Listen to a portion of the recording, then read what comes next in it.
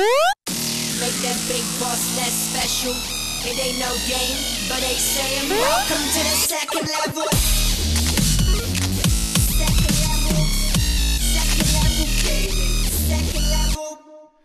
What's up, world, and welcome back to another Codename Morpheus. My name is Tom. I'm a buddy. To my right here is Keegan. That's me. And we are here to bring you the best in the world of the virtual over the last week and the coming Hey, Tom, what episode is this? This is episode 14.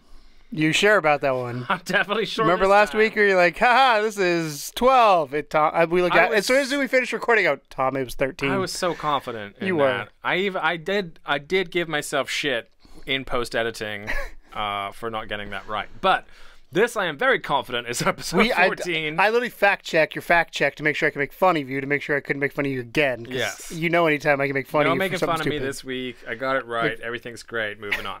What is Codename Morpheus? Codename Morpheus is basically us digging into PSVR and occasionally some other VR sort of entities out there and seeing what they're up to. All-seeing, knowing beings. Exactly.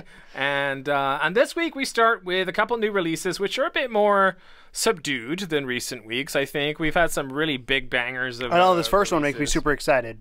I mean, because we've been asking for this for a while. I mean, I'll play it. I haven't played the demo yet. The demo's been I haven't out either. for I have a hot it. second, but yeah, the first one is Fishing Master this week, and Fishing Master is $20, which I looked at that sideways because I was like, really, $20? I mean, that's what I expect for a fishing But game. I haven't played it, so I don't know like how big it is, like how complicated. Do you know it if it is. uses moves? Because it has to use moves. I to don't be know. Good. If I it don't doesn't know. use moves, there's no point. I just want to go.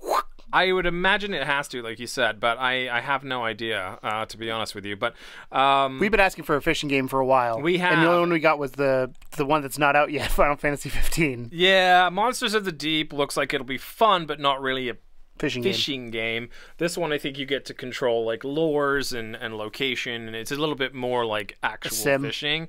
But I still think it's kind of a little bit overblown too. I think there's still like some goofy stuff in there. Yeah. I don't think it's like a straight up like what was that? What was that free fishing one they released? I don't know, but I played it for like 2 days and I was it like, was decent. Like yeah. It wasn't that bad. It was just real. The problem is I was like, we want real fishing, and then you got real fishing. Like I want like real fishing is less. like, yeah, really boring. I want real fishing with more fish. Yeah. It's fucking load the pond full of fish. I just like the option. If I want to catch a shark, I want that to be an option. Yes, giant squid maybe. So Fishing Master is out this week, and then out this week also not on the Tuesday release, but I believe it should have been out yesterday. Is Stunt Kite Masters VR. Don't say that name wrong. Yeah. So Stunt Kite Masters VR is the kite game, which I'll be honest, I never knew that. Well, not by myself. Like if someone wanted to go fly kites and they had a kite, have you ever been told to go fly a kite? Probably. I would go with people that would fly kites, but I was never a big kite flyer. Can I tell an anecdote? Sure. A very traumatic kite story I had. A traumatic kite story? So when I was a kid, I have an older sister who's 3 years older than I am, and we had to be. I mean, we lived in California, so I was less than 4. To give you a perspective, I was probably 3 or 4, and she was 6 or 7, and I had a Mickey kite, like the Mickey Mouse, because I love Mickey Mouse.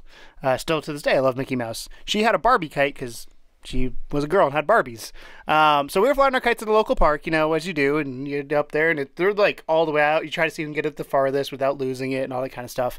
And then all of a sudden, we're up there flying, and fucking Barbie kamikazes Mickey and just goes, whew.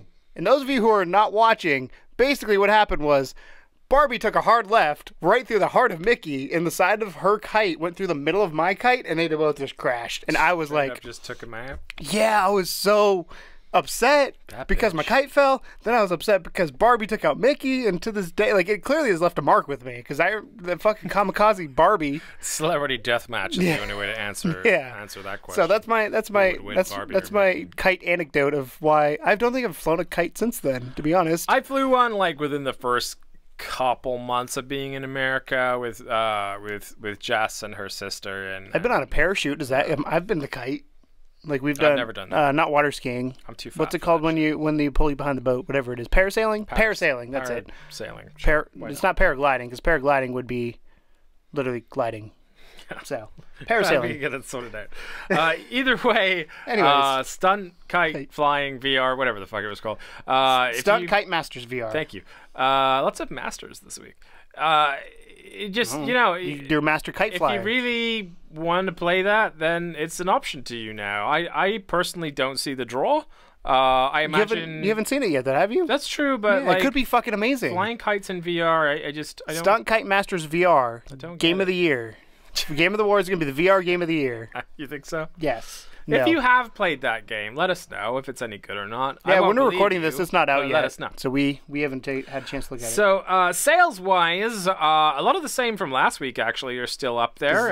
Sale of the Dead week 2 actually kept a lot of week 1 still intact. So we have Paranormal Activity VR, 25 down from 40. Resi 7, the standard edition, 30 down from 60. And of course, the deluxe and the Ultra Deluxe or whatever the one above that is, they're down to. I Expect You to Die is a new one, though. That's 20 down from 25. It's a great and that game. probably coincides with certain DLC that's on the way. And then Thumper, 10 down from 20. Always a good time. Highly recommend that. Someone posted that in r/PSVR and said, should I get Thumper or B game, whatever, and everyone was just like Thumper. So really enjoyable Thumper game. scares me. Like I played Thumper not in VR and I liked it, but I feel like the VR portion would scare me just because you're flying into faces. Not really. I mean, they're pretty far away. Yeah. Yeah, it's not really daunting. The speed is kind of like like everything starts moving kind of crazy. I like that. So Bloody Zombies, 960 down from 15. Let's just say 10 down from 15. Dying Reborn 3 and Weeping Doll 3. Do they still have the bundle for 6? I'm sure they do. Remember that? That's a super sweet deal. But yeah, I mean, it's basically a bunch of horror and Thumper and I Expect You to Die thrown in there as well. So I Expect You to Die is kind of the new one that hit the sales. And of course, for those of you that have never played that game, it is well worth it. Really good in time. You really like that one, didn't you? I Expect You to Die is really, really fun. Yeah. It's one of those games like I don't have it. It's on your account, but it's one of those games like we record a lot of games. We were just talking about this. How we record a lot of games for the show, but then we move on to the next one because we got to do a show the next week, and we don't go back and play them. That's one of the games that is still on my list of like I want to go back and play more of that. Redoer. The problem is I'm not very smart, so that. If you can go back, there's a video on our channel of me playing it. Took us. To be fair, we were both trying to solve the puzzle, Yes. and it still took us like an hour to get through it.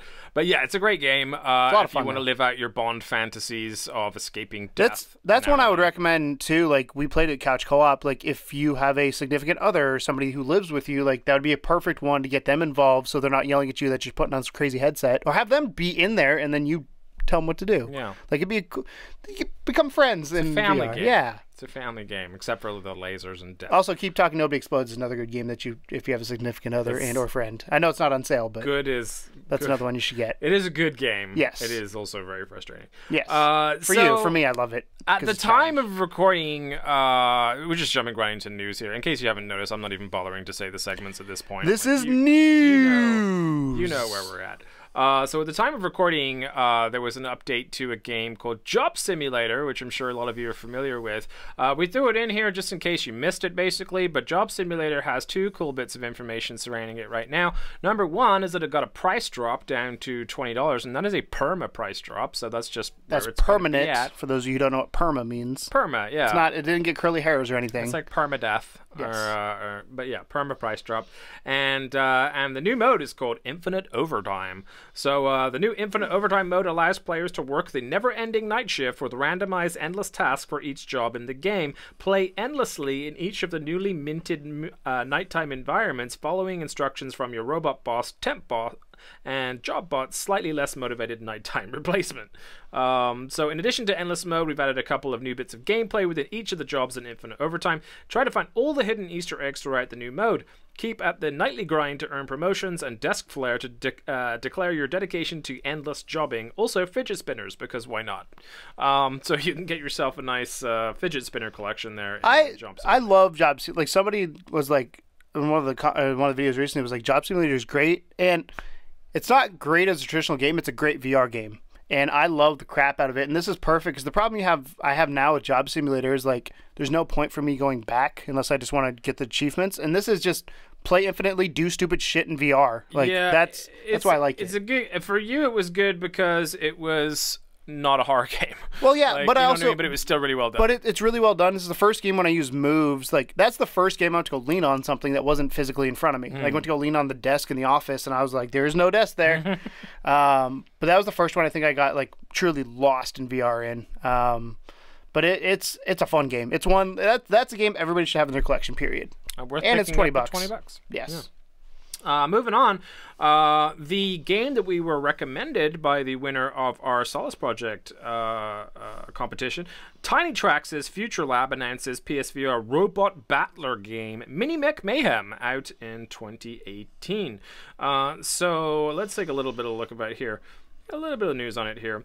We're not going to give away too many details right now, only that it's a robot battle game in VR where you're the big buddy and your mini-mech partner is the little buddy. All together now. Aww. Buddy cop relationship. Your mini-mech is full of enthusiasm, passion, and incredible power, but sometimes amongst all the mayhem loses sight of the big picture. It sounds like me. So you're there to guide your mini-mech buddy to success. Any mistakes made along the way can be chalked up as a learning experience, and over time you'll trust each other, achieving many wonderful and utterly hilarious victories together. Here's the thing. We see Mini Mech Mayhem as a metaphor for our studio. Future Lab is PlayStation's little buddy, and we in turn play the role of big buddy to our staff. Just as PlayStation cares about fostering our creativity by helping us explore ideas, we foster the creativity of our team. We shield their passionate enthusiasm from the turbulent mayhem of the games industry so they can create something they care about at a pace of challenge that is manageable. That's cute that they're giving like Sony a shout out there and saying, hey, we like Sony, they're cool. But yeah, Tiny Trax is a game that I'm still yet to play, by the way. Sorry, Hammer. But it definitely was interesting and well thought out. And so we need to see more on this, obviously. But this news just dropped this morning. So I really like the mini mech. I was gonna say robot guy, but the mini mech. You were gonna say butt. No, you really like the butt. The butt. What like the butt? I really like this art too. Like. They have the dude with the gun, and then they have the creepy dude over. Like I'm assuming that's gonna be the bad guy, over top. But I like what they've got going on here. If it's done correctly, this sounds very much like a me game of like, hey, you got this little friend that's gonna do shit with you, and you're gonna have a blast doing it. I wonder if it's not getting jump scared. Online versus or something. That'd be cool. I think it'll just be single player. We'll see. That's my guess. The next bit of news that I had was kind of interesting. Basically, this was posted up in the r/PSVR forum, and it's the ESRB rating description for Elder Scrolls in VR. And we just thought that A, it was funny, and B, it actually tells you a little bit about what you can expect in the full VR version of Skyrim, which, as of right now, they still really haven't given a whole lot of information. What is Skyrim rated? Like just flat? Is it M? Yeah, I think it's M. So content descriptors: blood and gore, intense violence, sexual themes, and use of alcohol are your standard Skyrim fare. Here's the rating summary. It's going to take me a while to get through it, so bear with me, but it's worth it. This is a VR role-playing game in which players assume the role of a Davakian, prophesized figure with the power to combat dragons in the fictional world of Skyrim. As players traverse through mountainous open-world environments, they complete missions and quests that impact the eventual fate of their character. Players use swords, bows and arrows, axes, and magic attacks, e.g. fireballs and ice shards, to kill various enemies, e.g. wolves, dragons, human bandits, and soldiers. As players engage in melee-style combat, some sequences are highlighted by slow-motion effects, particularly for decapitations. Ooh. Large blood splatter effects also occur during combat, and some environments are stained with blood or body parts, e.g. heads impaled on spikes. Some sequences allow players to injure, kill non-adversary characters, including bound prisoners. They scream in pain amid splashes of blood or fire. As the game progresses, the dialogue and on-screen text contain references to sexual material, e.g. she raped the men as cruelly as Baal had ravished her. Remember when you thought he was intent on making you into his personal sex slave? Alcohol such as wine, mead, and ale can be purchased and consumed by player characters throughout the game. In one sequence, players can engage in a drinking contest with another character, which eventually results in slurred speech, e.g. one more? No problem, that's scrape. just cracks me up that's the official. I'm debating whether picking this up day one. Like I'm still torn because I've not played Skyrim at all, and the problem that I have is the same thing that happened about the collector's edition, or whatever the fuck it was called. You don't like single player because I don't single player. But VR single player is different than single player for me. So that's kind of where it's at. But it's like... It's a different kettle of fish, man. But the other part I'm concerned about is, again, scary things. Even things that aren't necessarily... There's nothing scary in Skyrim. But even things that aren't scary in normal games are scary when they're life-size. Like a dragon life-size could potentially be scary. Like the heads on spikes could potentially be disturbing. Like that's what I'm saying. Like I agree because I play Elder Scrolls all the time. None of that stuff... I don't get scared playing Elder Scrolls. I think you'd be fine. But I think when you make those things life-size... I can understand where you're coming from as a non-fan of horror, and the fact that, yes, VR does make everything slightly more intense, but I think you'll be fine. I think it's just... you already know Skyrim, well, you know Elder Scrolls enough to understand that this is not, like, they're not trying to freak you out in this game. The problem that you would have would be the game with, like, jump scares or, like, that kind of stuff. The atmosphere is not exactly intense horror atmosphere. The other thing that concerns me in a game like that is how many times have you been in a fight and then something behind you shows up and you turn around and go, because it's in your face at that point. That's the only, because if it's, like a zombie. No, I'm thinking like a zombie. Right. Like if you're fighting zombies over here and then another horde comes from behind you and you don't turn around quick enough and then all of a sudden they're right there, like that'll make... I jumped in Super Hot. Not because I was scared. Well, yes, because I was scared, but I was fighting the guys in front of me and I knocked those guys out and I didn't see the guys spawn behind me. And by the time I turned around, he was in my bubble. Right. And I was like, oh, I don't like this. I don't like this. I don't like this. A throwback to Until Dawn. Sticking with Bethesda, Doom VFR includes enhanced with aim controller support in the store write-up, which we thought was interesting.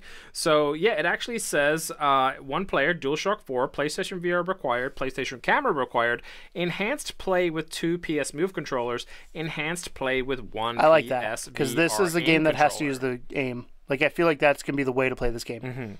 Because the aim has the locomotion, and it's got the gun. So, yeah. So, I mean, we don't really know if that means that teleportation is off the table or not. I mean, the aim, you would think that it would be. The fact you can use a DS4 to control it, you would think it would be. Everything we've seen from Doom so far has been teleportation. So, it would be interesting to see if it's still included. Does Doom move as heavy... English, try that again. Does Doom move as quick in VR as it does in the normal game, or do you think they've slowed that down a bit? I would imagine they've slowed it down a touch, but I don't know because I haven't played it. I'd be interested to see that. But yeah, I mean, the normal game is a pretty fast-paced game. So I'm just excited to see the aim mentioned because to me that's a little bit of a maybe they'll put locomotion in. And I've been getting used to teleportation. Really? I'm going to let you finish. Really? I've been getting used to it. Do you remember the statement when Doom VFR was announced and you're like, I'm not going to pick up that game because it has teleportation? That's an exact phrase you said. No. Don't get me wrong. I hate teleportation. I've just been getting used to it because the games that I've had to play all have teleportation. And that was my argument of like, you should not pick up a game because it has teleportation. But this is the other thing, is that like the games that I've been playing with teleportation are not necessarily combat games. So games like The Invisible Hours, games like Rec Room, like that kind of stuff, like that doesn't require me to have like instant speed and spinning a gun around and shooting enemies. I can take my time in those games, so teleportation is not such a big deal. But when you are in the Doom universe and you're getting attacked by all angles by demons from hell, teleportation would be more of a hindrance than a help, I would think. But I don't know. We'll see how it goes. But I just thought it was worth pointing out that is in the description, the official description for Doom. And then, of course, speaking of the game that we chatted about a little bit earlier, I Expect You to Die gets a trailer for its First Class DLC.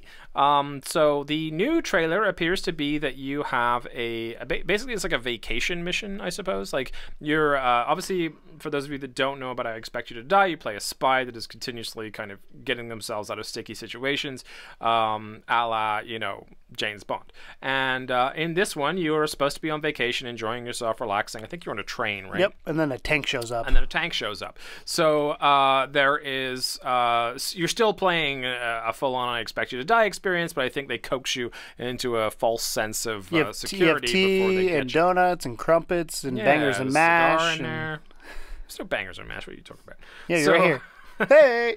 So I expect you to die. New DLC again. We love seeing DLC for VR games because that means they're being supported, and that is a really good sign. I like free DLC. That's my favorite kind of DLC. Yeah, is free. I mean, obviously, everyone's favorite kind of DLC is free, but yeah, it's just good to see. And you have Ancient Emulators now doing DLC. You got this game doing DLC, and announced by Arizona Sunshine. Do you like this? I knew where you were going. I was like, you better not fuck this up. You should look down and make sure you got the next one. It's fucked up now.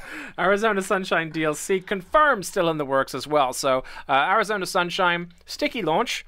Wasn't the best launch. Lots of problems with shaky controllers and such. But and the aiming but they did the opposite of what No Man's Sky did. They didn't shut up. They said, "We hear you. We're working on it." Yeah. As to how well that's been worked on, I still don't know. I picked it up in the VR 1 year anniversary sale. I have yet to play it yet. But from what I've heard from people who have played it, it's better. It's better. It's still not perfect, but it's not the Tourette's like you had the first time when you played it. It's not shaky. It's just not perfect. Yeah, that'll do. Which honestly, when I'm playing move games, I expect a little bit of shake. Like Batman had a little bit of shake to him too. But yeah, this one is aim control as well, so that's a bit fun. So basically, Vertigo Games, the makers of Arizona Sunshine, were sent a message from a fan just asking them, "Hey, we heard you were going to have some DLC that was coming later this summer. What's up with that?" And they said they are definitely still coming, and they, by the way, not just one, they are definitely still coming, are in progress. We will be making more announcements about Arizona Sunshine shortly. So that's proof in the pudding that they are still working on DLC for Arizona Sunshine, and multiple DLC too. Can I have pudding? Huh? I want pudding. I kind of want vanilla pudding, not chocolate pudding. I mean, both together are pretty Butterscotch good. is good. Nah, ew. So this one you were pretty pumped about. So we have a game that's still currently in talks with Sony to be released for PSVR with no official news yet. But it is one of the most anticipated VR games due for release, I believe, next year. And that is Seeking Dawn. So I still don't like its space. You what? I don't like that it's space. It's still planets. It's not really space. It's not like you're just flying around shooting shit. No. It's like planet shooter. It's like Farpoint. Yeah, but that's weird. Have Farpoint. But I like this announcement. Seeking Dawn to include base building and potentially in-game trophy storage. So Multiverse Inc., who are the guys behind Seeking Dawn, recently tweeted out, polishing out our base building feature for Seeking Dawn, would you like an in-game asset to showcase trophies? So they're actually asking people if they want to see the trophy showcases, but they are alluding to the fact there's going to be base building. And how do you feel about that? I love that. I was telling you earlier, like one of the things I think now that we got Skyrim coming and my RPG, because let's be honest, Elder Scrolls RPG can't go much higher than that at this point, unless they bring The Witcher over to it, which is not going to happen. Could you imagine if CD Red worked on a VR game? That would be crazy. Oh, that would be like people would buy VR in an instant if that happened. Yeah. Sony, work on that. But no, base building. I want now like a building sim where I can build something and walk through what I built and have it like a full-fledged, like City Skylines style of like, I built this city that sustains itself, but I can then go to the shopping mall that I built. I can go to the downtown district I built and go just explore it. They had that Roller Coaster Dreams. It was not very good. That was garbage. Yeah. Did you ever end up playing the full version of that game? No. It was the demo not was bad enough. It was not what I thought it was going to be at all. But the base building in Seeking Dawn would appear to be, or would appear to have more in line with like Fallout 4 or Subnautica, or just kind of placing blocks here and there. Yeah. And, I hope it's more like Subnautica versus Fallout 4, because building in Fallout 4 had more flexibility, but it would be harder to implement in VR versus Subnautica. You're like, here's a giant room, boop. Yeah. But it's an exciting announcement because Seeking Dawn was already looking pretty dope, and honestly, I didn't even see there would be a call for base building in that game because I figured you would just jump in planet to planet and shooting aliens. But if they're putting in bases in there, then it means that there's probably potentially going to be some survival elements in there too. So definitely that game keeps looking more and more interesting every day. The graphics so far have looked beautiful, and we're really excited to see if they can close that deal with Sony and bring it to the PSVR. I'm a survivor. I'm not going to give up. Here's a bit of sort of bummed out news. Not really bummed out news, but it's just interesting, I thought. So No Heroes Allowed VR flopped in Japan. And there's a little bit of news about it. So the first major 2017 Japanese PlayStation VR exclusive didn't turn out to be so major after all. Sony Interactive Entertainment and acquires No Heroes Allowed VR pushed just 5,462 units at retail in Japan in its debut week of sale. How many headsets are in Japan? I would love to know that. Like, what percentage? I would love to. I mean, they won't tell us, but I'd love to know that percentage. Yeah, so this represents a complete collapse from the prior 3 physically released entries in the franchise. PSP No Heroes Allowed was 29,262 and a total of 173,724. No Heroes Allowed 2, 58,806, and then total 217,627. And then No Heroes Allowed 3D. These are all PSP, by the way. 33,920, and then total 100,308.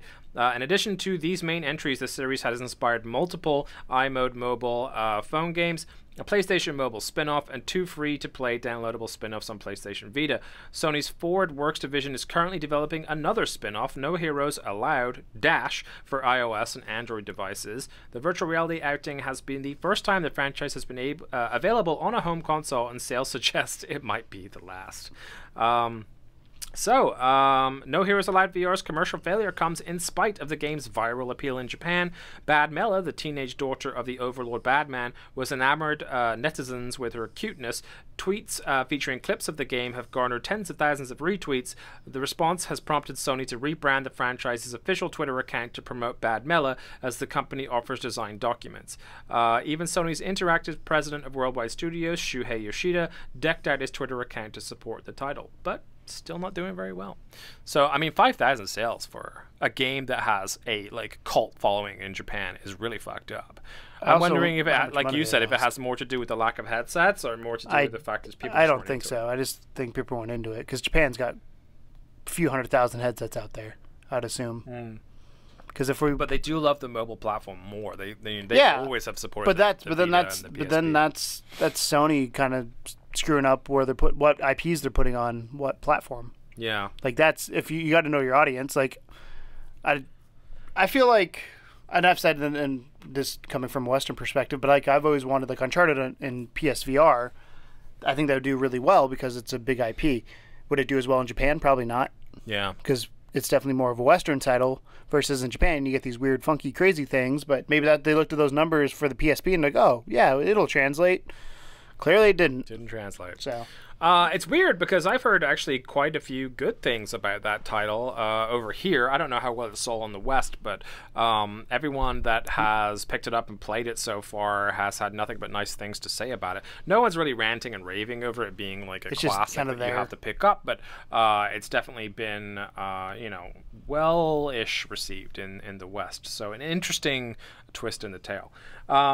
Next up, Virtro Entertainment, the female-led VR indie game studio out of Vancouver, Canada, yay Canada, today announced the release of Run, Dorothy, Run, an immersive endless runner and rhythm VR game with a cheeky take on the classic novel The Wonderful Wizard of Oz. The game is being released on Sony PlayStation VR in the fall of 2017, with other platforms to follow later, so we're getting that relatively new. A little bit more for you. Run, jive, and bop your way through the world of Oz to an electro swing soundtrack. Electro swing is dope, by the way. While the story unfolds, explore fantastical lands in your journey through the Emerald City, the Scorched Plains, and the Wicked Witch's Castle, and more. Clash with enemies, collect magic crystals, and activate power-ups, all to an irresistible dance beat. Unravel the curious alliance Dorothy makes with the Wizard of Oz to settle a score with the maybe not-so-wicked witch, but don't take yourself too seriously. Navigate the crazy plot twist with your tongue firmly in your cheek. So, I watched the trailer for this, and I didn't see where the Wizard of Oz part came in.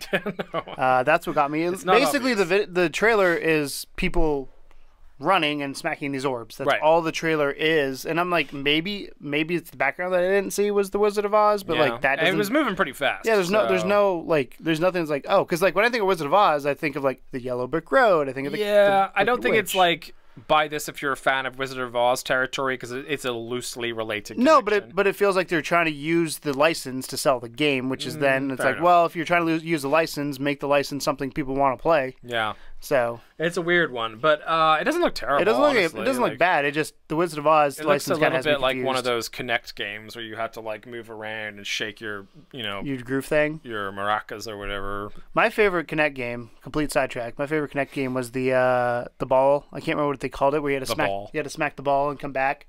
That was so much fun because it would track like your legs and you like kick it with your foot. And I'd kick my brother a few times. It was fun.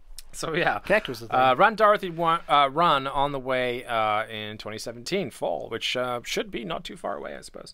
Dragonflight VR gets a trailer. Now this one I thought looked way more exciting. You weren't so thrilled. Well, they look cool. The sounds threw me off because it's soundtrack. Sounds are blown out. Sound the effects explosions were a little. Yeah, I think they're just peaked. I think they just need to kind of tone it back and they'll be fine. But it looked cool. There's a couple things that I would change just with kind of how the trailer functioned when it comes to like the gameplay of it, because it was cool. You're flying on a dragon shooting stuff, but at the same time it felt very samey over and over and over and over again. Yeah, I mean, the trailer perhaps wasn't the best representation of the game, but it's a cool idea. You could judge for yourself behind, but yeah, I mean, it is you're flying a fucking dragon, man. It's not a game I thought of. Fireballing people, well, not people, dragons, I suppose. But yeah, I mean, flying in VR is always fun, as we will learn in our spotlight this week. But yeah, I mean, it definitely doesn't look terrible. I don't think it looks like it's AAA territory by any means. Maybe that $20-$30 range, depending on how fleshed out it is and how it would be really fun. I just thought of that from that trailer, like right now. A dragon racing game. That gameplay. But instead of just shooting fire, like Mario Kart on dragons, essentially, is what it would be. Yeah. Like, I would love that in VR. Because you'd be riding on the back of a dragon. Dragonflight 2, Electric Boogaloo. Where you get to, I would love that. Like that, I feel like that'd be a lot of fun. Yeah, maybe. So yeah, it depends on how you'd implement it. There you go. You have the moves as the reins and just devs, if you're listening, we want a Dragonflight racing game. Yes. And then V Robot is in the works for PSVR. I know nothing about this. I didn't know a whole lot about it either, and so there's a little bit of information on you. So Luden.io confirmed work to bring V Robot to PlayStation VR. V Robot is something that already exists on other VR platforms, but it says Thunder and Lightning hit Steam as work on a PSVR version is revealed by developers Trello.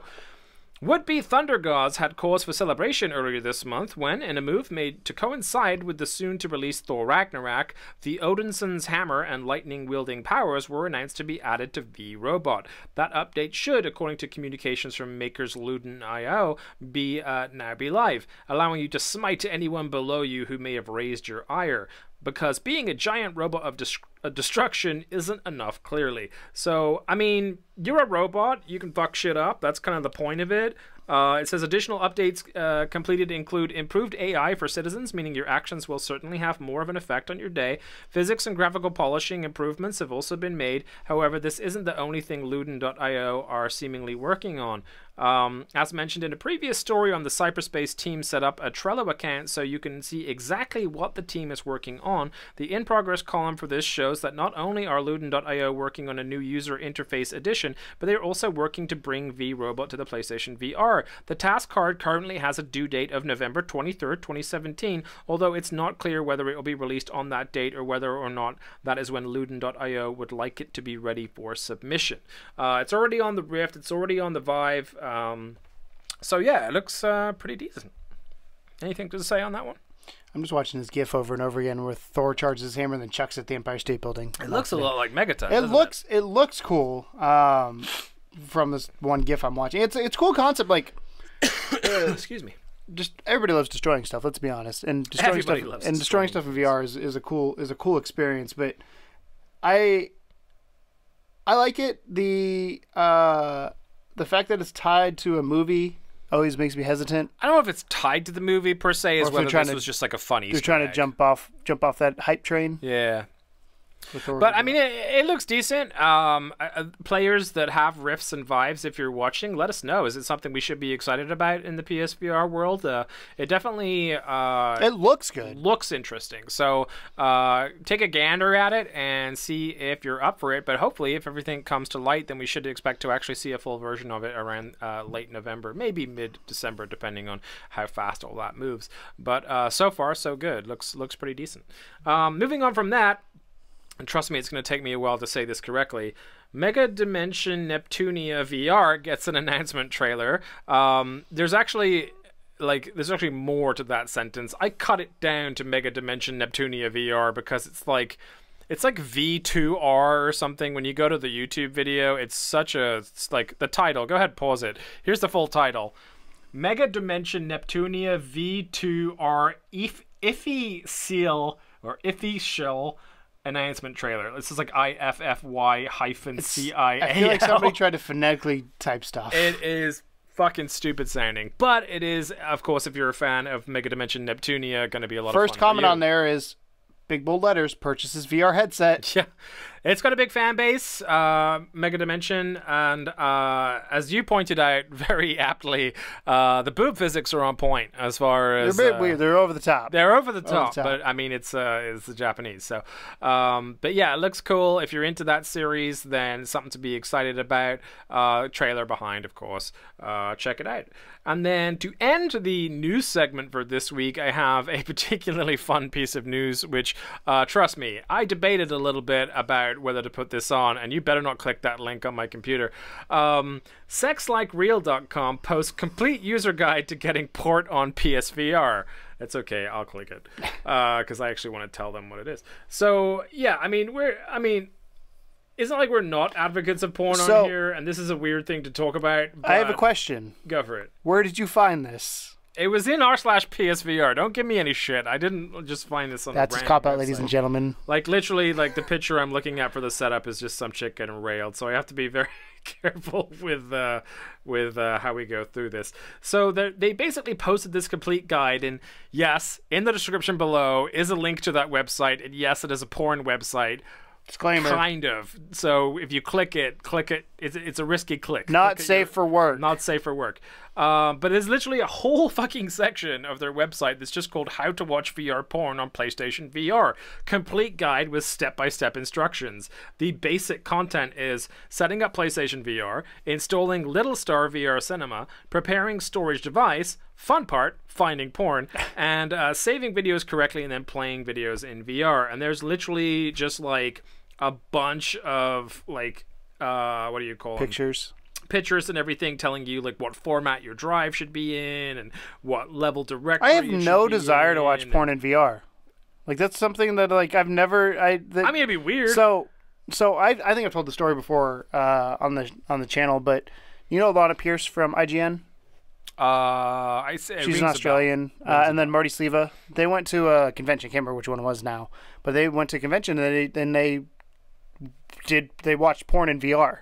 And Marty was like, it was a bit weird. Like, I don't know how I felt about it. Alana, though, was like, this is my worst nightmare. Like, she's like, I couldn't move.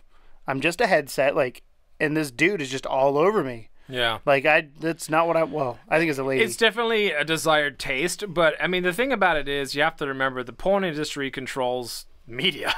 Like, whatever happens in the porn industry and succeeds, basically will succeed anywhere else. The porn industry won out for VHS. The porn industry run out for Blu-ray.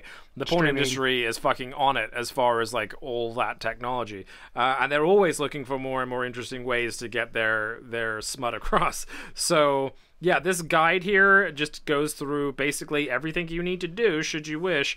It tells you how to format your files. It tells you where to go to find your VR porn. The website, which is fullvrporn.com apparently, and then just like how to save it in Little Star and how to name the file.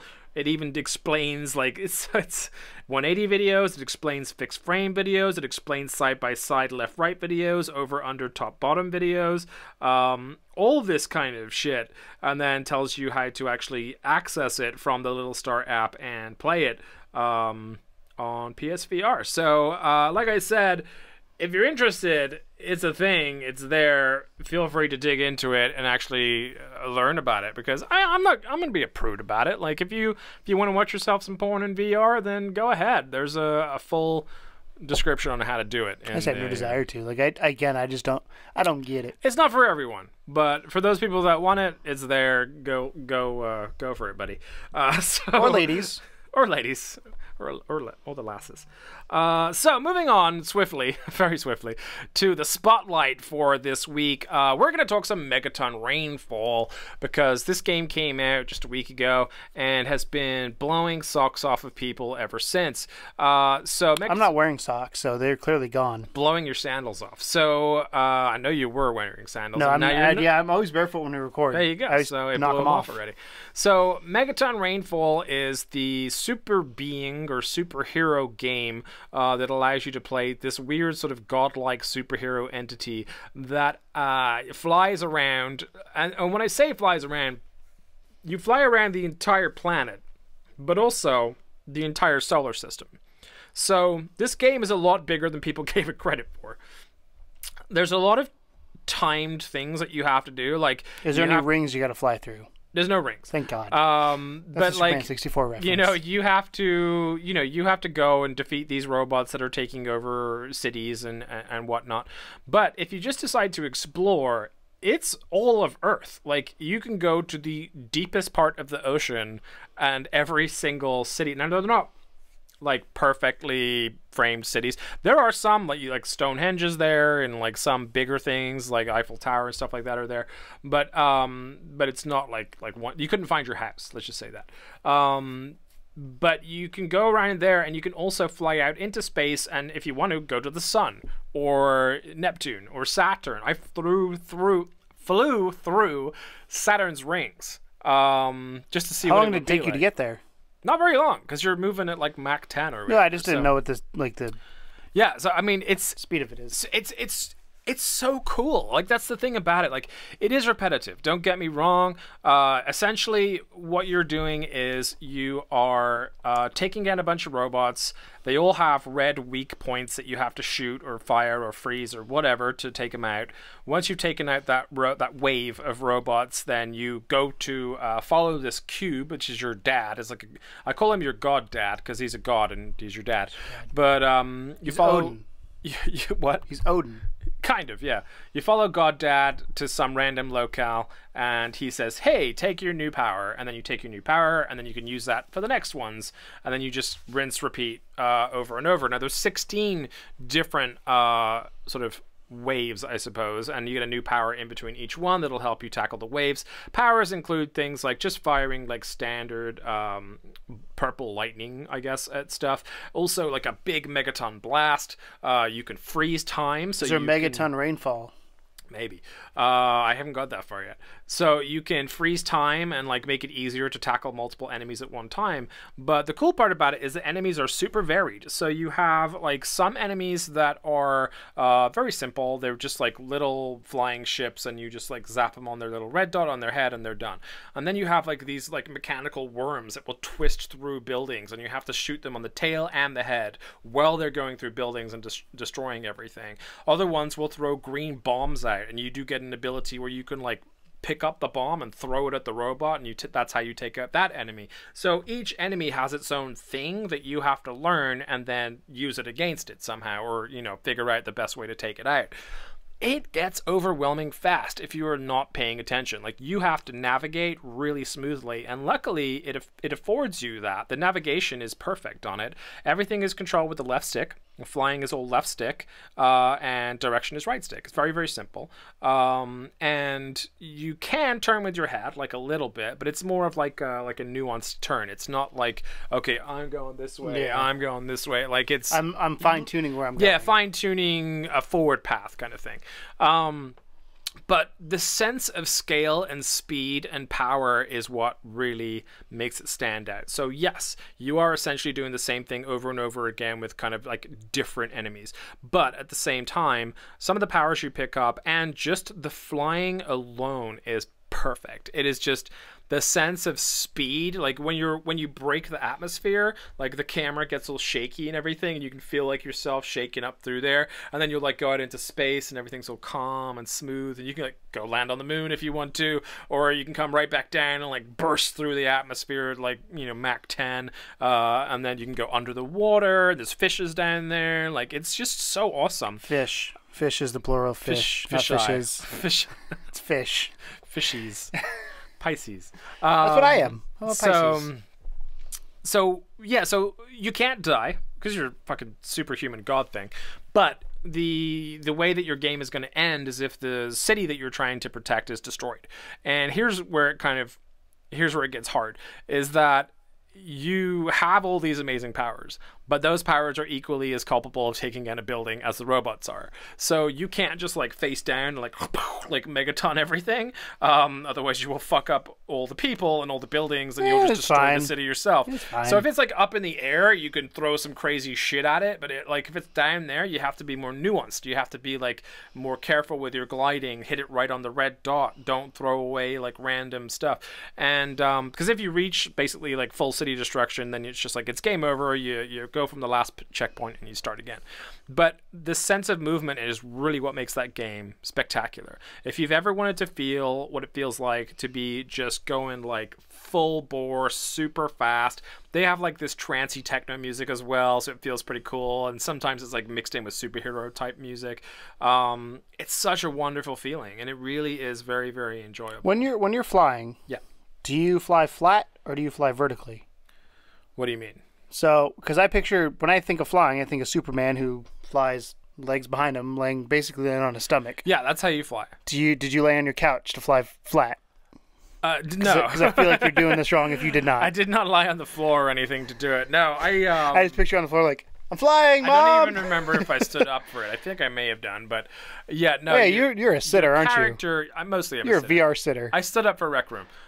Mostly because you had to, probably. Yeah, mostly it's flat, but you're just but the way that you control like the angle of where you're heading is just through all done through the right stick. But it's like you can stop on a dime, which is really cool. Like it's. I really want you to lay flat on your stomach next time you play that game and be like, I'll make you play it. You can plank while you're playing. But hey, I walked in Farpoint. Anything to make it better. And you lay down for luge, too. It doesn't say when I play the luge game I have to lay down. Partially that's because it makes me sick. Yeah. Like my body's like, what are you doing? This is tough for sickness because there is a massive amount of control available to you as far as what the VR settings are. David said he got more sick with the stuff correct, turned on. Yeah, that was what I was going to say, is that I personally, like, you know me, like, I'm turning off all the comfort settings, let's do this shit. Because I had them on by accident when I began. I accidentally left the blinkers on, and like whenever you turn with the blinkers on, like it kind of blacks out the area you're turning towards, which makes me like super, like, it's like I don't like this. Like I want to see everything. I want to be able to. So when I turned all that stuff off, it actually felt way better, but I couldn't tell if it was just because I have good legs or because it just felt better. So David, our longtime contributor and friend, has it, loves it, and says that for him, he felt less sick turning off all the safety options than leaving them on. So that's something to consider if you're picking up the game and trying it and turning on all the safety stuff and you still feel kind of queasy. Try turning them off. See if it makes you feel Don't do the safety dance when you're playing Megaton. Yeah. But yeah, no, it's the story is serviceable. It's not a whole lot going on. It's like, you're a super being. Why do you exist? I don't know. Let's just do everything God Dad says until I figure out why I exist. That's pretty much the story. Yeah. Robots are attacking, kill the robots, and I'll tell you why you exist. That thing. So, but yeah, the gameplay, absolutely stellar. Like the actual, like the shooting mechanics are perfect. Everything is like spot on. The controls, by the way, of the shooting are done with your, like you're looking. So like you have a dot that you're like hovering over certain parts, and kind of like Resident Evil. Just a really, really well-made game. And the fact that it's so vast and so kind of mysterious that you can go to all kinds of places. I don't know if there's any secrets anywhere out there, but there's one point where God Dad makes you follow him through the solar system just to kind of fucking show off, I guess. And as you're just like going around, like just like skirting alongside the side of Mercury, and you see the moon, and you like hang out on the moon for a little bit, and then like you go up through Saturn's rings, and you're just like, wow, like this is fucking something else, man. Like, so I played Apollo VR finally. You did? And I didn't like it. Okay. A lot of the time. Reason being, the gameplay sucked, but informationally, the reason I didn't like it is because my favorite part of the whole thing was when you're in the rocket ship taking off. Because that felt the most realistic of like, cool. I'm living this, which is what I thought the thing was going to be, is like, you are the astronauts, or you're going to be an astronaut with them, observing from, like, when you're on the moon running around like the gameplay area, that was kind of cool, exploring and getting the things to pop up. But like when you're on top of the ship and you just see things floating by and they're just talking to you, I was like, that's boring. Yeah. This to me potentially could be a better space game then that would be because you're able to fly through the rings. And I don't want to do it for the educational purposes. Just like, I want to go see Saturn in VR. This is just fun. Like, that's what I'm saying. Like, I want to go explore those planets. And that's what kind of, like, I looked at Apollo as like, it's an exploration to the moon. I'm going to go explore the moon. And while you're up there, you can jump around and all that kind of stuff, but it wasn't quite the same. It was definitely a subdued experience that was heavily focused on education. But that rocket part was like, I remember looking out the window during it and looking down, like, there goes Earth. And I was like, there's the sun. There's the, like, that was my favorite part. There was elements of that were super great and some that were a little rough around the edges. But I think, like, educationally, it's a really good tool to explain to someone. I mean, what that was, how hard that was for those pilots to do what they did. But like I said, I wish you had been, like, when you're sitting in the rocket in the first-person perspective and you look to your right and you see the other two astronauts with you, that adds to the immersion of me being there. I know I wasn't there, but it's also that thing of, like, you are witnessing it from their perspective. What about the way back down when they're there with you? Did you like that part? Mm-hmm. Yeah. Oh, yeah. Like, any time when they were there with you? Yeah. That's the thing. Like, when I was in a being just floating above it, I was like, I don't like this. That was just like story stuff. Like, I wasn't a super big fan of that. It reminded me. It was a cutscene. I was just like, I skipped a lot of it. Yeah. But no, I this sounds like it'd be fun to go because, like, I like exploration games. And I think if you could hack the flight. Let's be honest. I probably wouldn't kill anything. I would just go flying. Can I just fly anywhere? Or is it level based? No, you can go wherever the hell you want. Cool. So I don't have to fight anything. I can just take off. Yeah. Sweet. Yeah, I mean, just like humming across, because I didn't even know you could go underwater, and I was following Goddad, and he pulled a Poseidon, skimming across the ocean, like just the waves floating everywhere. I'm skimming across the ocean, and I noticed that the marker for him is underwater. I was like, what the fuck? And then I went, all right, go right under the water. And is there any sort of animation when you go in? Like, is there a splash when you go in, or are you moving too quick to really notice? Like was the transition harsh? No, not at all. No, I mean, it was pretty smooth from what I remember. I don't remember a whole lot. But yeah, I mean, it was just a wonderful game. I really enjoyed it. My only concern is that over time it would get repetitive, but I think that the flying and the exploration element of it, if you just choose to ignore the robot stuff, is fantastic. And there should be a free roam mode. Let's just say that. There should be a mode where you can just explore away and do whatever you want to. Just send them an email. Be like, hey, turn off the robots. And they probably will update it with free roam. I can totally see them doing that. It's like, it's the most obvious DLC addition is like, make it free roam. So I don't have to kill robots. I just want to fly around. And but that feeling, it's one of the best feeling VR games to date, like in terms of like everything feeling perfect, in terms of how you imagine that to be if you were flying. So really, really good for people that just want to experience what it would be like to be Superman for a little while, or just want to explore. The shooting the robot stuff is a fun game. It's cool, but honestly, the bulk of the experience lies in just being you and just kind of floating around the place at Mach 10. My wheels are turning, so you know how I was thinking about laying down and playing VR while flying? You know those exercise machines that flip? Yeah. You get one of those, but you have something where it stops it, so you lay flat, and then you just go back, and you're back vertically. We can make that happen. Let's make that happen. I'm just trying to think of ways to enhance the immersion, guys, here. Because like I said, for me, like, VR has always been about getting into it. If I'm in first person, I want to be that person. Yeah. If it's a third person game, it's a third person game. I know I'm not that character. It's more game like. But when I am in that first person perspective, like, again, when I lose, I lay down. Just like find you like an ironing board or something. But the problem with that though is you got to rotate, because I assume when you stop, you go back vertical. Yeah. So that's like right. I'm thinking of rotation here, Tom. I'm thinking of the fulcrum point. So would I be by the side if you're like, oh, he stopped? Yeah. No, it'd be a weight thing. So if you get one of those swinging chairs, you just put a pole when it goes flat, so it lays flat, and then you just lean back and it goes back vertically, and then you just go back down. You probably would smack your face, and it probably would hurt. You got to make sure it's built correctly. That's why you're testing it. I'm going to work on this. I'm going to work wood shop going on. Make it our buddy Tyson will build something for us. Yeah. So to summarize the spotlight, Megaton Rainfall, is it worth it at the price? Fuck yes. How much is it? Absolutely. It's like $16. It's like it's well worth it at the price. I was gonna say, the way it's been advertised or the way it's been talked about, I feel like it's a $50 to $60 game. Right. But like you said, the repetitive nature might be the only thing. Nice cheap game. The repetitive nature is the only thing that scares me. But it's $16. I'm not there yet. I'm not at the point where I'm like, this is repetitive. But I just feel like it might. But at $16, I have lower expectations than if it's $60. True that. which is why I didn't like rigs. Great experience. Highly recommend it. I'd like for you to play it, actually, and give me your impressions on it, because I think you'd really enjoy it. We're going to do the flippy chair. We'll do the flippy chair. We'll do a video of me in a flippy chair, and you'll be like, okay, Tom, I'm going. Whoop! Going back. We could even put the green screen behind you and like have like a cityscape. Yeah. Or something. We'll just put the gameplay footage of me flying. So That's what. Oh, you couldn't do it because it'd be tracking backwards. I was like, because what we could do. I have a real good idea here.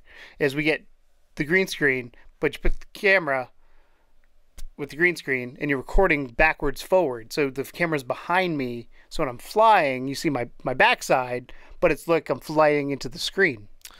See what I'm saying? Do you see what I'm putting down? Might block the VR headset, though. No, the camera would be on this side of the green screen, on my side towards me. Okay. You don't have enough room in your basement for that, but that is a thing we could do. That's a future goal for a bigger studio.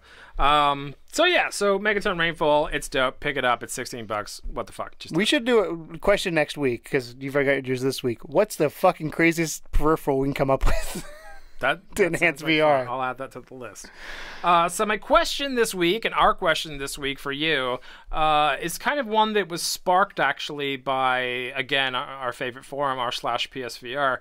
And someone had posed this question in there, and I thought it was a great question, and so I stole it. So basically, the question is, if Skyrim VR isn't everything everyone is expecting it to be, how do you think that will affect PSVR as a whole? Because let's be honest, Skyrim is right now most anticipated for almost everybody, especially the mainstream people. Even mainstream people, because Skyrim is legendary franchise, legendary title, been released on pretty much everything at this point, including soon to be Switch as well, and this is undoubtedly one of the biggest undertakings for a VR game that I can think of. I mean, this would be the biggest VR game in existence, right? Other than maybe Resident Evil. Like physically, though. As far as like how much space you're dealing with, right? Because, like virtual world. Yeah, because Skyrim is fucking huge. So, so we're looking for... Everyone is hoping for Resident Evil 7 style movement to an extent. If we have to use the moves, that's fine, I guess. But, at least make it kind of smooth turning and everything. But everyone is looking for something along those lines with just the full bore Skyrim experience. So what happens if we don't get that?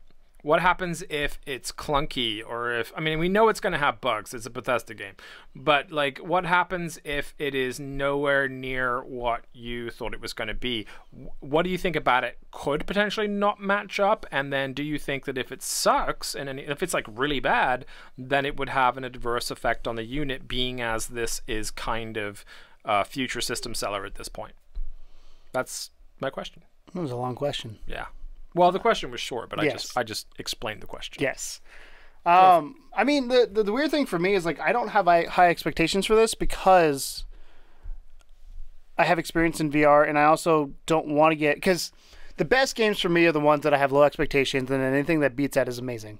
The problem I run into is when I have high expectations and I have such a high bar that it doesn't meet, I get disappointed pretty quickly. I mean, a prime example is the first Destiny. Like, I had such high expectations for what it was going to be because I loved Halo and hated it. The game wasn't bad. It was missing a lot, but it wasn't in my opinion great. It wasn't worth my money. For VR as a whole, or in PlayStation VR as a whole, this would be a big setback because this is a franchise people outside of the normal gaming circles know for the most part. I mean, Skyrim still, if you pulled, like, when I think of, like, mainstream, I'm thinking, like, my mom, my dad, like, people who don't have any sort of interest in gaming, but they might have a son or daughter that are in gaming or whatever it may be. They probably don't know Skyrim like they do Mario, or like they would, say GTA is one that most people know what it is. So I don't think it's... For the wrong reasons, mostly, yeah. Yeah, but they're aware of what it is. Right. Skyrim is one of those ones, like, Elder Scrolls, they wouldn't know. If I asked my mom, if I said the word Elder Scrolls to my mom, she probably would think it's a movie. So I don't think it would have implications, I think, within people who are enough in the know to know what Elder Scrolls and Skyrim are. I think mainstream-wise, it wouldn't have that big of a ripple effect, but it would have a big ripple effect on the core audience to people like me who are like, hey, we still need a good AAA game either by Sony or a third party. I mean, granted, we have Farpoint, which is first party, right? No. Was it published by Sony, though? Games. I don't remember if it was published by Sony, but Guerrilla Games. Yeah, Guerrilla Games is a Sony studio, isn't it? Is it Guerrilla Games? No, it's Impulse. Yeah, never mind. Yeah, Guerrilla it's Games Impulse. is Horizon. Yeah. Sorry, I was.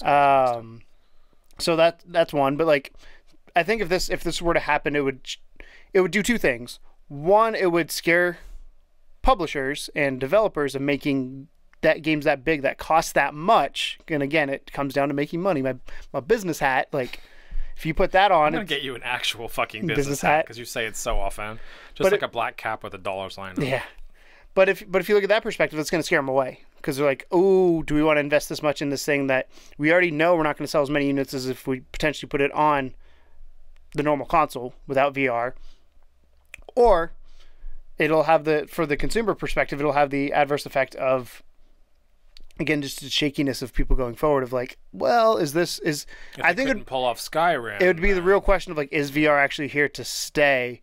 But the other thought I have with it, and this is where I don't know enough how the game's being made. If the game is a port and not full ground up, then I have different expectations for it. Because if it's a port with VR, I think it has to be, doesn't it? Yeah, that's my guess, is that's how they're doing it. If it's a port for VR, and again, I'm not a developer by any way, shape, or form. If you guys know much more, let me know in the comments. But to me, the game was not designed with VR in mind. No. So if it's a game that, if they came out and said, hey, Elder Scrolls 6 is coming out in 2018, by the way, it's going to support VR and non-VR versions, like Resident Evil 7. Yeah, like Resi. Where it's designed with that in mind. I mean, obviously, with Resident Evil 7, you have to make sure it plays well, non-VR. Yeah. And then you got to make sure it works in VR. But they had that in mind when they made the game. Right. So that's kind of where I'm like, it sucks if it were to do bad. But I also, my mindset is it was not designed with this in mind. If it was a new game, new version of it with that in mind from the get-go, then it's a different ballgame. But I think for the majority of the market, it would hurt big time. Question is, though, would they bother doing it if they didn't think it would succeed? You know what I mean? Like, if they're making this port, they're putting the entire, because like this is a big step for VR and one of the most anticipated titles ever. But would Bethesda do it if they didn't think they could do it well? A lot of it depends on how much. Again, it's going to come into how much money's being kicked around. Because clearly they've got some experience because they've been working on Fallout 4 VR for probably longer than Skyrim, I would imagine. Or who knows? Well, Skyrim was the first one that used a port. Yeah, but the engine has been in place for them to create their games in the VR universe for a little while. So clearly they have high hopes for it. The thing that worries me a little bit is some of the reports I've heard. Now, I don't like to believe everything that I read, obviously, but like a lot of people that have played it at these. Do we know what team's working on this? Is this like Bethesda's A team?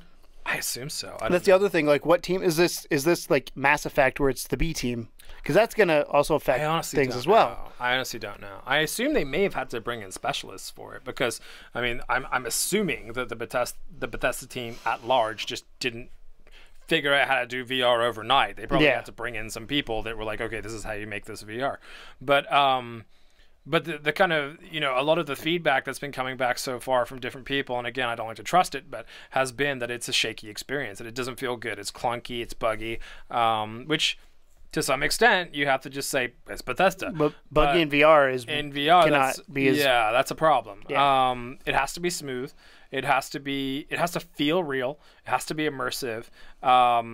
Every person that you interact with has to be like the right height level and so you can feel immersed in the story. Like the enemies have to be like towering and scary or small and fast or whatever it is. Like I want to see mud crabs that I like could look at my feet and go, fuck man, there's a mud crab. You know what I mean? Yeah. Like that's where I want to be at with it. And I think that it's questionable as to whether they would even attempt it if they didn't think they could do it. I'm what got me. I mean, I was hyped when they announced it. We recorded a reaction to it and talked about it after it happened. But like, my concern here is it's such a large game. It's never been done. Which if they pull it off, they're going to be kings of the hill. Like they're gonna win VR. But if they don't, like, even if it was just like a section of Skyrim for it, because again, the fact that they're trying to make this giant game work in VR can't be easy. Not at all. It's a lot of work, and there's so many things that could go wrong. I mean, you want to give them benefit of the doubt for trying, and like you said, they wouldn't make it if they didn't think they could do it. Like, games don't get this far in production if they don't think it can happen. Yeah. But at the same time, it's just because it can happen doesn't mean it's going to be good. Or as good as people want. There's a difference. Is this going to be a No Man's... It could still be good, but it could still fall flat on expectations. Potentially be a No Man's Sky situation where everybody's hyping this up. This is like you're saying this is the game for VR. Like, this is the one that people have been are excited for, and it's the big one coming out. The question is because I think not just me, but like everyone since that announcement has been talking about it. What scares me is the lack of information since they've done the announcement. The game is out in like a week or two. This is where I would tell anybody who's listening or anybody who's watching to dial back your expectations. Don't expect a perfect VR experience in Skyrim. I expect a playable experience. Expect something that's decent, but don't expect... It'll blow your mind in the same way, I think, when you first put the headset on. It'll blow your mind of like, this is cool. If everything's the right proportions, everything's done that way, that's fine. I think combat's where the glitches are going to come in, depending on how quick that is. Yeah, those are the nuances. I think that because exploration wise, I'm sure it's fine. Yeah, but things like combat and how to get far in the game and control correctly are. How do you fast travel? I've never played Skyrim. Is it way shrines? How do you fast travel? I don't know if it was way shrines or if it was just like map points. I can't remember. Because that'd be other things. It's been like 5 years since I played Skyrim. Yeah, I've never played. But yeah, I think the combat will be definitely interesting. And I don't want people to feel cheated by the control system. You know what I mean? Mm-hmm. Because sometimes Skyrim is frustrating enough by itself in combat mode. Like, there's a lot of running away and hiding and jumping on rocks and things like that. And because I'm the person that wants to play it on move. Like, I think move, especially if you're doing sword and board, or if you're doing dual wield, like, that makes perfect sense. But I have a feeling, and my gut tells me that the DualShock 4 is going to be the way to play this game. And that kind of sucks because that's not the way this game should be designed, but it's what's going to be the better way to play in the end. I think if they use the DualShock 4 in the same way that Resident Evil used the DualShock 4, it'll be great. However, I agree to an extent that in Resident Evil, you have a gun that you control the aim with your head. That's how you control like where you want to shoot, and then you would press R2 or whatever to fire. This is a double-handed game. You get one gun in VR, and maybe like a shotgun or whatever, but you don't dual wield anything. Yeah. So with Skyrim having like the dual wield capabilities of having like, you know, magic in one hand, a sword in the other, or whatever it might be, sword and shield, like you said. The moves really are where it's at for that. And kind of like half the experience, right, should be being able to swing your sword and being able to block. And, is it 1-to-1? How well does that work? That so kind of stuff. There's just so many things. So many questions. Well, there's so many things that, like I said, that are going to be first, I think, for this game. And we expect a level of accuracy with it. So, like, if it's an indie developer that comes out and says, hey, I've got a gallery shooter, but instead of you shooting the gallery's shooting you, you got to block it. If it's not 100% accurate, fine. Yeah. But if you're fighting a boss and you've got him to the last bit of health in Skyrim that potentially could take half an hour, 45 minutes, an hour, depending on what you're fighting, and then you die because of something stupid because your shield didn't go up, even though you think it's up where it should be, that's where I think the issues are going to come in, and that's where this game potentially will get hit. And also I hope they have it fixed during the fighting, because a lot of... How do you... Yeah, a lot of you gotta use one of these? shooting and fighting in general in an Elder Scrolls game is backing away. And spells. While you're firing or while you're throwing spells. So how do you actively back away while fighting at the same time? You know, that's a lot of buttons on a move. But I suppose if it's all just done like this, then you can just hold the button to back away and swing away. So it really, there's just so many questions at this point in time. The $60 price tag. I mean, it could blow our minds, but I don't think it will. I think it'll be solid. Yeah. But I also, again, from the heed, don't No Man's Sky this. Don't have astronomical expectations, because this is the first attempt in something like this. Yeah. And again, I'm not going to say I don't want to say it's going to be a bad game because I think it's going to be good.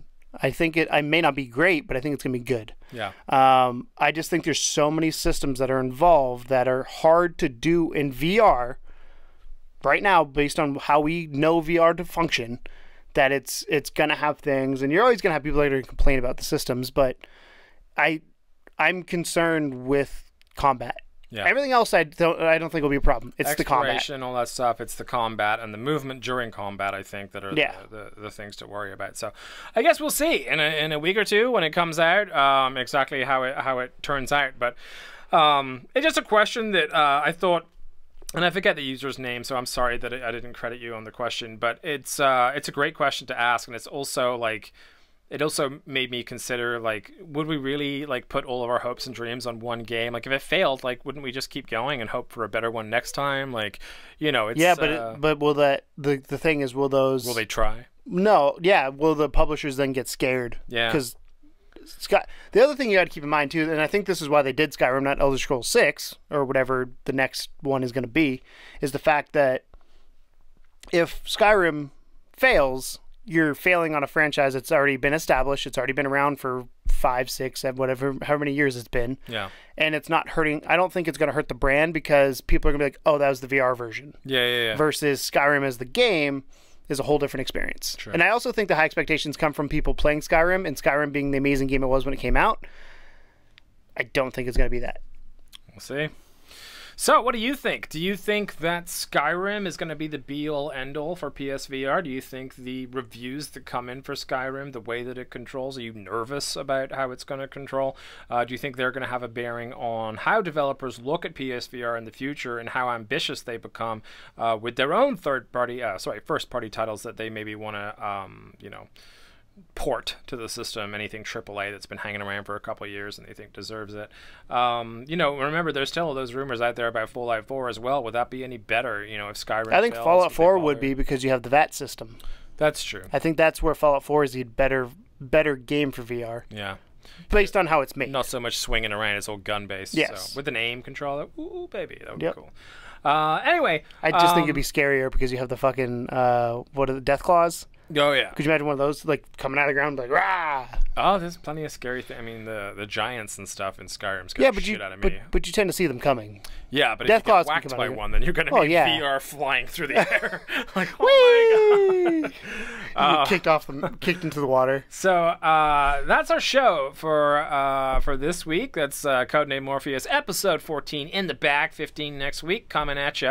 And who knows, next week might be 14 again. It might be 14 again, depending on my memory. But thank you so much to all the new people that are watching, because we did I made a sort of a selfless promotion post on r/PSVR when people were asking about YouTubers that do PSVR stuff, and like I said earlier, we don't put the PSVR tag on our name, but it is literally like half our channel is VR, half our channel is indie, and we love both equally, so we don't want to necessarily have to like peg ourselves down to one or the other.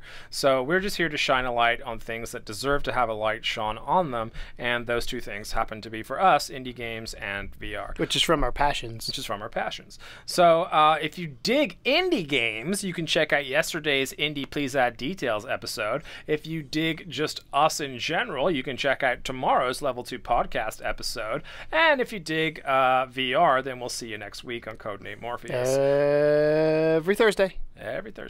Thanks a lot for watching, guys. And as always, welcome to the second level. Bye-bye.